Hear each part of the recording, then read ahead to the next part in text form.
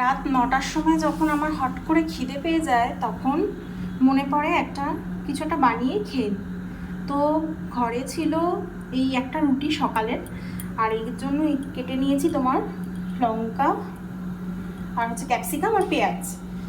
Pasta রয়েছে কিন্তু pasta আর অত বানাতে ইচ্ছা করছে না, দেখি এটা দিয়ে কী বানানো যায়। লাগবে হচ্ছে প্রথমে কড়াইতে তেল দিয়ে তারপরে দিয়ে দিতে হবে এই সবজিগুলোকে হালকা করে ফ্রাই করে নেব। অল্প সয়া সস আর অল্প ভিনিগার।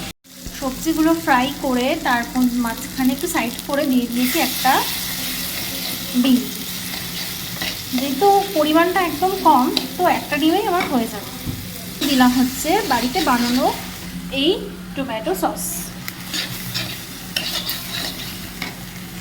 তারপর দিয়ে দেবো সেই কেটে রাখা সরু সরু স্ট্রিপ করে রাখা ওই রুটির টুকরোগুলো।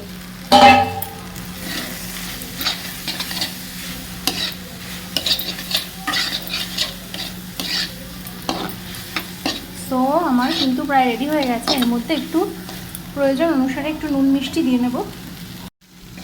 এই ডিশটাকে আরও স্পাইসি করার জন্য দিয়েছি একটু শুকনো লঙ্কা। আমি এর মধ্যে কাঁচা লঙ্কা দিয়েছিলাম, বাট তবুও দিয়ে দিলাম একটু শুকনো লঙ্কা। ডেকোরেশনের জন্য দিয়ে দেবো অল্প সামান্য রোস্টেড তিল, যেটা আগে থেকেই রোস্ট করা ছিল। সো ফাইনালি রেডি হয়ে গেছে আমাদের এই ডিশটা।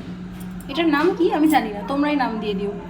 বৌমা একটা নতুন খাবার বানিয়েছে, রুটি ছিল সকালে, তাই দিয়ে বানিয়েছে ডিম টিম দিয়ে। আমি আর বৌমা ওই ঘরে যাওয়া যাবে না, অল্প করেছি, ফ্রিজের ঘরে লুকিয়ে খাচ্ছি। আর এখানে একটা কাজও করছি, তোমাদেরকে অবশ্যই পরে দেখাবো।